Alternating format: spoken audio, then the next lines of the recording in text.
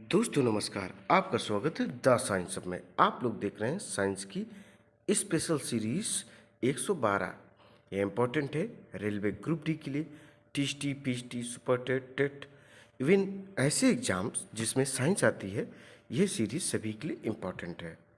और ये सीरीज में जितने भी दोस्तों क्वेश्चन करवाए जा रहे हैं, सारे के सारे प्रीवियस ईयर में आए हुए एग्जाम्स के ही क्वेश्चन हैं। और यह सीरीज टोटली एनसीईआरटी बेस्ड है। आइए डियर स्टूडेंट, अब स्टार्ट करते हैं अपने क्वेश्चन 226 नंबर से अपनी सीरीज 112 नंबर। देखिए क्वेश्चन क्या है 226। पूर्ण आंतरिक परावर्तन होता है जब प्रकाश जाती है या जाता है। ऑप्शन ए सघन माध्यम से विरल माध्यम की ओर, ऑप्शन बी विरल माध्यम से सघन माध्यम की ओर, आपतरण कोण क्रांतिक कोण से अधिक के साथ, ऑप्शन सी सघन माध्यम से विरल माध्यम की ओर, आपतन कोण क्रांतिक कोण से अधिक के साथ, ऑप्शन डी विरल माध्यम से सघन माध्यम की ओर। तो बताइए डियर स्टूडेंट्स, इस क्वेश्चन का करेक्ट आंसर क्या हो जाएगा। देखिए दोस्तों, पूर्ण आंतरिक परावर्तन होता है जब प्रकाश जाता है सघन माध्यम से विरल माध्यम की ओर आपतन कोण क्रांतिक कोण से अधिक के साथ। हीरे का चमकना, रेगिस्तान में मरीचिका, जल में पड़ी हुई परख नली का चमकीला दिखाई देना, इंद्रधनुष का बनना। जैसे इंद्रधनुष का बनना, जल में पड़ी हुई परख नली का चमकना, रेगिस्तान में मरीचिका, हीरे का चमकना, सभी के सभी क्या है, पूर्ण आंतरिक परावर्तन के ही ये एग्जाम्पल हैं। और दोस्तों तो इसका जो करेक्ट आंसर हो जाएगा ऑप्शन सी हो जाएगा। जहाँ पर आप लोग जाति देख पा रहे हैं, यहाँ पर क्या है, यहाँ पर दोस्तों जाता है। पूर्ण आंतरिक परावर्तन होता है जब प्रकाश जाता है। ऑप्शन सी करेक्ट है। अब देखेंगे नेक्स्ट क्वेश्चन। अब क्वेश्चन 227 है, स्प्रिंग को अपनी समान लंबाई पर वापस लौटने के लिए लगने वाले बल को क्या कहते हैं। स्प्रिंग को खींचा और फिर वो वापस अपनी स्थिति पर आ जाती है, तो इसको क्या कहते हैं। ऑप्शन ए विभव बल कहते हैं, ऑप्शन बी गुरुत्व बल कहते हैं, ऑप्शन सी स्प्रिंग बल कहते हैं, ऑप्शन डी प्रत्यानयन बल कहते हैं। देखिए दोस्तों, स्प्रिंग को अपनी समान लंबाई पर वापस लौटने के लिए लगने वाले बल को प्रत्यानयन बल कहते हैं। अर्थात क्वेश्चन नंबर अपने पास 227 है और इसका एग्जैक्ट आंसर हो जाएगा ऑप्शन डी। अब अपने पास क्वेश्चन है 228। जैसा कि आप लोग देख पा रहे होंगे, दिए हुए काल वेग, जिसको समय वेग भी कहते हैं, ग्राफ में मंदन का मान। देखिए वेग दिया गया मीटर प्रति सेकंड में दिया गया है, समय काल सेकंड में दिया गया है। जैसा कि आप लोग देख पा रहे होंगे, आपको दिखाते हैं। ये देखिए, ये चीज़ आप लोग क्या देख पा रहे हैं दोस्तों, ये आप लोग देख पा रहे हैं, ये देखिए वेग मीटर प्रति सेकंड में और समय जिसे काल कहते हैं, ये आप लोग देख पा रहे होंगे सेकंड में। तो अब इसके अलावा इसमें क्या पूछा गया है, पूछा गया है कि दिए हुए काल वेग ग्राफ में मंदन का मान क्या है।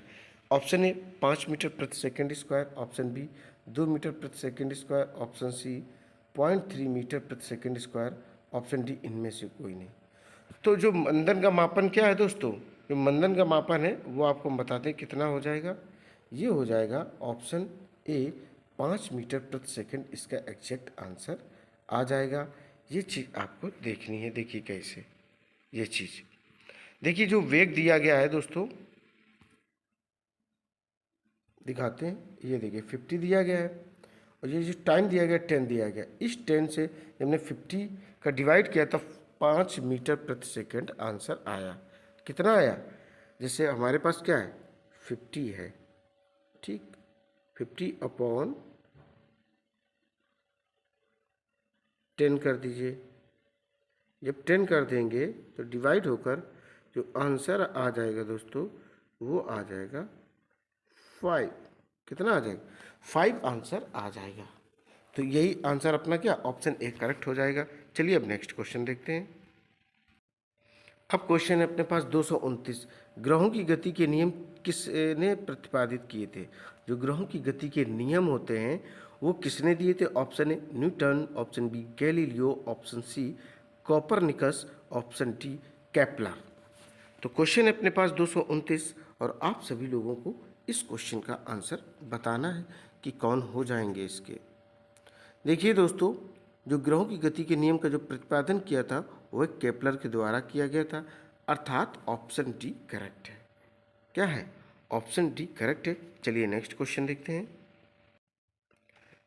अब क्वेश्चन है अपने पास 230, एक जेट इंजन किस सिद्धांत पर कार्य करता है? ये जो जेट इंजन जो होता है वह किस सिद्धांत पर कार्य करता है? ऑप्शन ए वस्तु के संरक्षण पर, ऑप्शन बी शक्ति के संरक्षण पर, ऑप्शन सी कोणीय आघूर्ण का संरक्षण पर, ऑप्शन डी रैखिक संवेग के संरक्षण पर।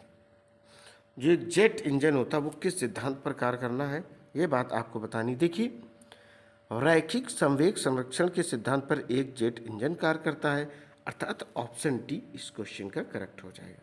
क्या हो जाएगा? ऑप्शन डी करेक्ट हो जाएगा। अब क्वेश्चन है 231, यदि एक कण का वेग अपने आरंभिक मान का 1/3 कर दिया जाए तो कण की गतिज ऊर्जा क्या हो जाएगी? ऑप्शन ए 9 गुनी, ऑप्शन बी 1/9 गुनी, ऑप्शन सी 3 गुनी, ऑप्शन डी 1/3 गुनी। तो बताइए क्या हो जाएगा इसका करेक्ट आंसर? देखिए, यदि एक कण का वेग अपने आरंभिक मान का 1/3 कर दिया जाए तो कण की जो गतिज ऊर्जा है वह 1/9 गुनी हो जाएगी। कितनी हो जाएगी? 1/9 गुनी हो जाएगी। इसका करेक्ट आंसर हो जाएगा ऑप्शन बी। अब अपने पास क्वेश्चन है 232, एक लड़की झूले में बैठकर झूल रही है, यदि लड़की एकाएक खड़ी हो जाए तो दोलन काल ऑप्शन ए कम हो जाएगा, ऑप्शन बी बढ़ जाएगा, ऑप्शन सी अपरिवर्तित रहेगा, ऑप्शन डी दोलन रुक जाएंगे। तो क्वेश्चन अपना है 232 और आपको बताना है अगर एक लड़का या लड़की झूले में बैठकर झूले अटेंडम अगर वो खड़ी हो जाए या लड़का खड़ा हो जाए तो उसका जो दोलन है, दोलन काल है, उस पर क्या फ़र्क पड़ेगा। देखिए, एक लड़की झूले में बैठकर झूल रही है, यदि लड़की एकाएक खड़ी हो जाए तो दोलन काल कम हो जाएगा, लोलक की लंबाई चढ़ने पर आवर्तकाल बढ़ जाएगा। यही कारण है कि यदि कोई व्यक्ति झूला झूलने के क्रम में खड़ा हो जाए तो उसका गुरुत्व केंद्र ऊपर उठ जाएगा, जिसके कारण फलस्वरूप लंबाई क्या होगी? घट जाएगी। इस कारण आवर्तकाल भी घट जाएगा, अर्थात झूला जल्दी जल्दी दोलन करेगा। क्या करेगा? जल्दी जल्दी दोलन करेगा। इस क्वेश्चन का करेक्ट आंसर हो जाएगा ऑप्शन ए। अब है क्वेश्चन अपने पास 233, गतिमान वस्तु में होती है, ऑप्शन ए स्थितिज ऊर्जा, ऑप्शन बी भूतापीय ऊर्जा, ऑप्शन सी जल विद्युत ऊर्जा, ऑप्शन डी गतिज ऊर्जा। तो क्वेश्चन अपने पास क्या है 233 है, गतिमान वस्तु में क्या होती है वो आपको सोचना और बताना है। अगर कोई वस्तु गति करेगी तो उसमें कौन सी ऊर्जा हो जाएगी आप लोग बताएंगे दोस्तों। देखिए, गतिमान वस्तु में हमेशा गतिज ऊर्जा ही होती है। इसका एग्जैक्ट आंसर क्या हो जाएगा? Option D. अगर कोई वस्तु गति कर रही है या वाहन गति कर रहा है तो उसमें कौन सी गतिज ऊर्जा ही होगी। चलिए नेक्स्ट देखते हैं। अब क्वेश्चन है अपने पास 234, चलती गाड़ी में बैठे आदमी की ऊर्जा होगी, ऑप्शन ए गतिज, ऑप्शन बी स्थितिज, ऑप्शन सी गतिज एवं स्थितिज दोनों, ऑप्शन डी शून्य। तो क्वेश्चन है अपने पास 234 और क्वेश्चन क्या है? चलती गाड़ी में बैठे आदमी की गतिज ऊर्जा क्या हो जाएगी? तो हो जाएगी गतिज एवं स्थित ऊर्जा, क्योंकि गाड़ी चल रही है बट जो व्यक्ति वह बैठा हुआ है, तो इसलिए गतिज एवं स्थितिज दोनों ऊर्जा ही होंगी। तो एग्जैक्ट आंसर हो जाएगा ऑप्शन सी। चलिए नेक्स्ट देखते हैं। अब अपने पास क्वेश्चन है 235, जब किसी गतिमान पिंड की गति दोगुनी हो जाए, क्या है? जब किसी गतिमान पिंड की गति दोगुनी हो जाए तब लगने वाला समय होगा यदि दूरी अपरिवर्तित रहे, ऑप्शन ए 2 गुना, ऑप्शन बी आधा, ऑप्शन सी 3 गुना, ऑप्शन डी 1/4। तो ये है क्वेश्चन 235 और आपको बताना है इस क्वेश्चन का एग्जैक्ट आंसर।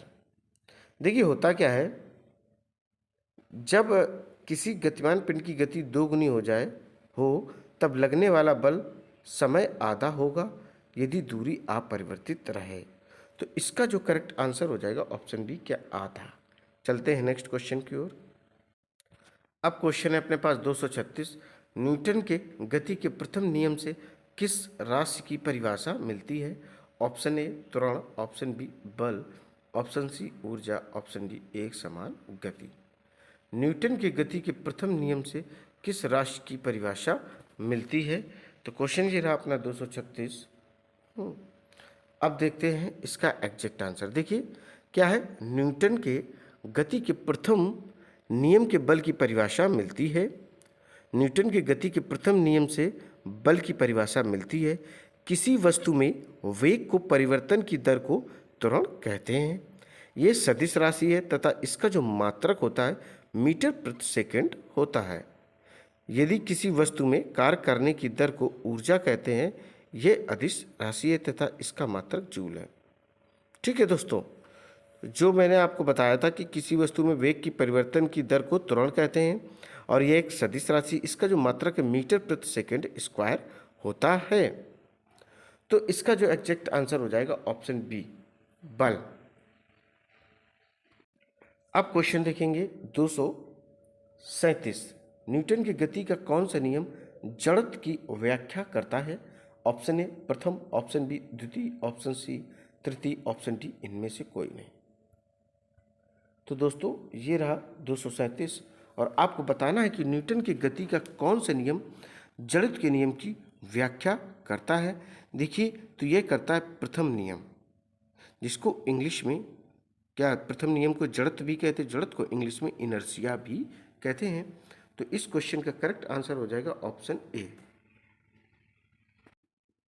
ये क्वेश्चन है 238, एक वस्तु की जड़त्व की प्रत्यक्ष निर्भरता है। ऑप्शन ए द्रव्यमान पर, ऑप्शन बी वेग पर, ऑप्शन सी आयतन पर, ऑप्शन डी संवेग पर।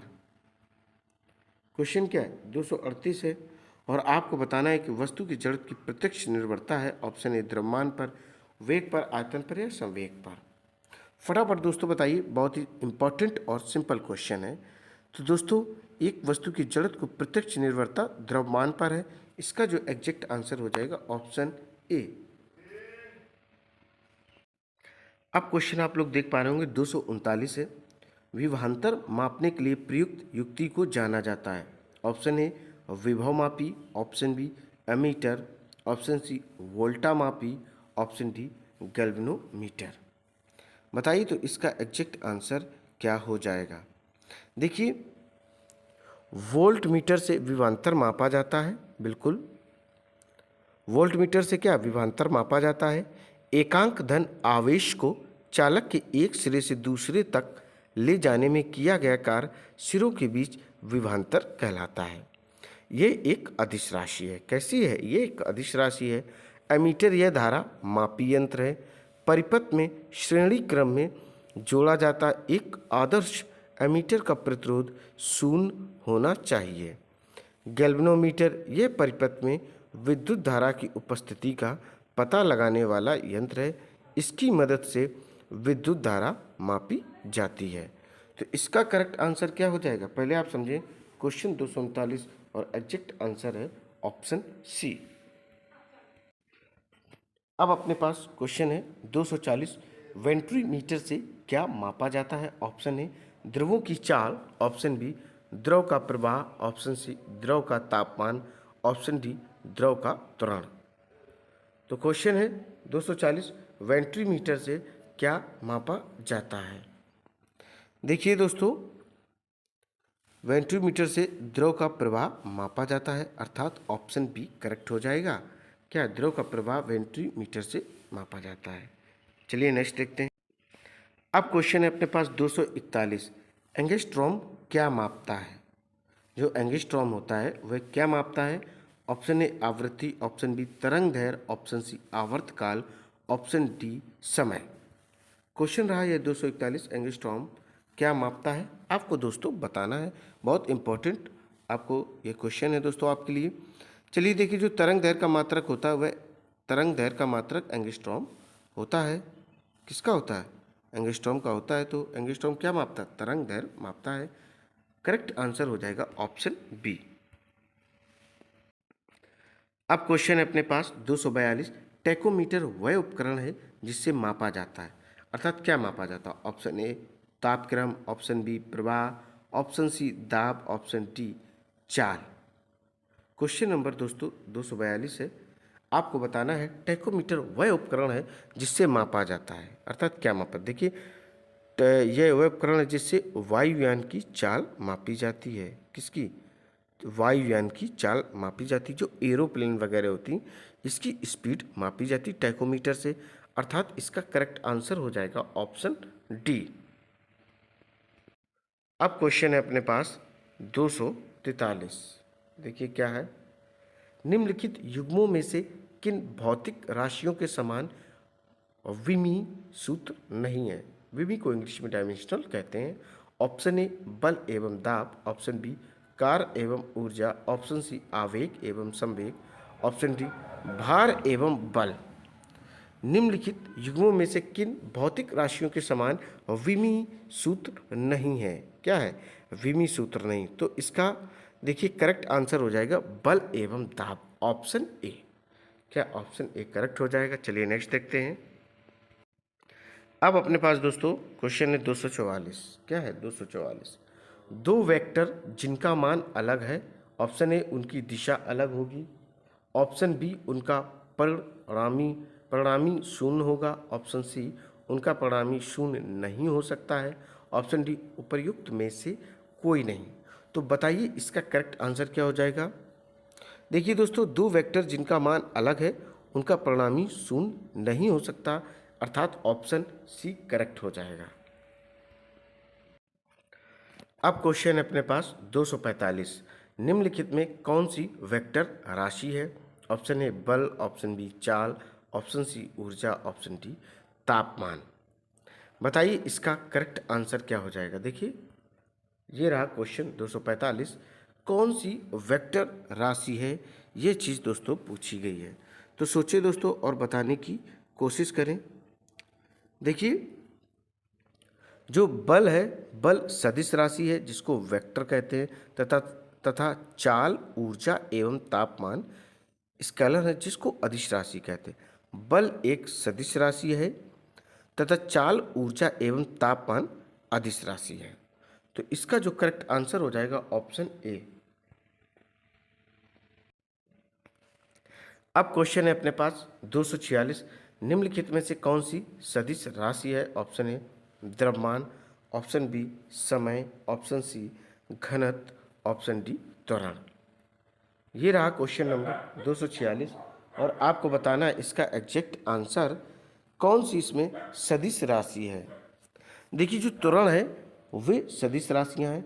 वे राशियां जिनमें परिमाण के साथ साथ दिशा भी हो सदिश राशियां कहलाती हैं। वे राशियां जिनमें परिमाण के साथ साथ दिशा भी हो सदिश राशियां कहलाती हैं। उदाहरण विस्थापन, वेग, त्वरण, बल, संवेग, बल, आघूर्ण, विद्युत तीव्रता, धारा, घनत्व, चुंबकीय क्षेत्र, चुंबकन, तीव्रता, चुंबकीय प्रेरण, त्वरण आदि। ये सब क्या है? ये सभी के सभी सदिश राशियों के एग्जाम्पल हैं, अर्थात इसका जो करेक्ट आंसर है ऑप्शन डी। क्या है? त्वरण है, जिसको इंग्लिश में एक्सलरेशन भी कहते हैं। अब क्वेश्चन है अपने पास, देखना है 247 सदिश राशि है। ऑप्शन ए दाब, ऑप्शन बी कोणीय संवेग, ऑप्शन सी धारा, ऑप्शन डी शक्ति। सदिश राशि क्या है, ये चीज़ आपको बतानी। इसमें में से सदिश राशि, अभी मैंने सदिश राशि की आपको डेफिनेशन दोस्तों बताइए कि सदिश राशि क्या होती है, और आपको सोचना है और जवाब देना है। देखिए, जो कोणीय संवेग है, आप एक मोटी सी बात समझ लो, जिसमें वह आएगा लगभग वो सारी की सारी सदिश राशि में आएंगी। इसके अलावा जो हो जाएंगी वो संभावना है कि वो अदिश राशि में 99% होगी, एक दो अपवाद को छोड़कर। तो कोणीय संवेग वह आ रहा है, तो यही क्लियर हो जाएगा कि सदिश राशि क्या हो जाएगा, यह हो जाएगा ऑप्शन बी। चलिए नेक्स्ट देखते हैं। क्वेश्चन नंबर है 248। क्वेश्चन कौन सा है? 248। निम्नलिखित में से कौन एक अदिश राशि है? ऑप्शन ए संवेग, ऑप्शन बी वेग, ऑप्शन सी कोणीय संवेग, ऑप्शन डी द्रव्यमान। तो ये है 248। निम्नलिखित में से कौन एक अदिश राशि है? देखिए, आपको बता दें, जो द्रव्यमान है ये एक अदिश राशि है। वह राशियां जिनमें केवल परिमाण हो परंतु दिशा नहीं हो, अदिश राशि कहलाती हैं। जैसे दूरी, आयतन, चाल, घनत्व, ऊष्मा, क्षेत्रफल, विद्युत धारा, ताप, कार्य, ऊर्जा, शक्ति इत्यादि। देखिए, इसमें जितने हैं लगभग वाह वाले नहीं, सिर्फ विद्युत धारा को छोड़कर। मैंने आपको बताया था कि सदिश राशियां वो होती हैं जिनमें वाह आए, कुछ एक दो अपवाद को छोड़कर। जैसे अपवाद इसमें विद्युत धारा एक अदिश राशि है। बाकी अदिश राशि की आप पहचान देख सकते, किसी में वाह नहीं है। तो दोस्तों, इस क्वेश्चन का जो करेक्ट आंसर हो जाएगा ऑप्शन डी हो जाएगा। चलिए नेक्स्ट देखते हैं। अब क्वेश्चन है अपने पास 249। क्या है? 249 है, अदिश राशि कौन है? ऑप्शन ए ऊर्जा, ऑप्शन बी बल आघूर्ण, ऑप्शन सी संवेग, ऑप्शन डी उपरोक्त में सभी। तो क्वेश्चन है अपने पास 249, बताना अदिश राशि कौन है। अभी मैंने दोस्तों आपको अदिश राशि की डेफिनेशन बताई है। जो ऊर्जा है वह अदिश राशि है। क्या है? ऊर्जा। बाकी सभी में बा आप लोग देख पा रहे होंगे। तो ऊर्जा क्या है? ऊर्जा एक अदिश राशि है। चलिए नेक्स्ट देखते हैं। अब क्वेश्चन है अपने पास 250। अदिश एक प्रमात्रा है जिसमें परिमाण परिणाम होता है लेकिन क्या नहीं होता है? ऑप्शन ए इकाई, ऑप्शन बी द्रव्यमान, ऑप्शन सी दिशा, ऑप्शन डी उपर्युक्त सभी। बताइए दोस्तों, इसका एग्जैक्ट आंसर क्या हो जाएगा? अदिश एक प्रमात्रा है जिसमें परिणाम होता है लेकिन क्या नहीं होता है, ये चीज़ आपको बतानी है। देखिए, अदिश एक प्रमात्रा है जिसमें परिणाम होता है लेकिन दिशा नहीं होती। क्या दिशा जो नहीं होती है? इसका जो एग्जैक्ट आंसर हो जाएगा ऑप्शन सी। क्या है? दिशा इसमें नहीं होती, बाकी परिणाम होता है। दोस्तों, ये सीरीज यहीं पर कंप्लीट होती। उम्मीद है ये सीरीज आपको पसंद आई होगी। इसी तरीके की ज़बरदस्त सीरीज आपको कंटिन्यू मिलती रहेंगे। आपको करना क्या है, इस सीरीज को अधिक से अधिक लाइक करना, शेयर करना है और मेरे चैनल को सब्सक्राइब करना। दोस्तों, जय हिंद, जय भारत।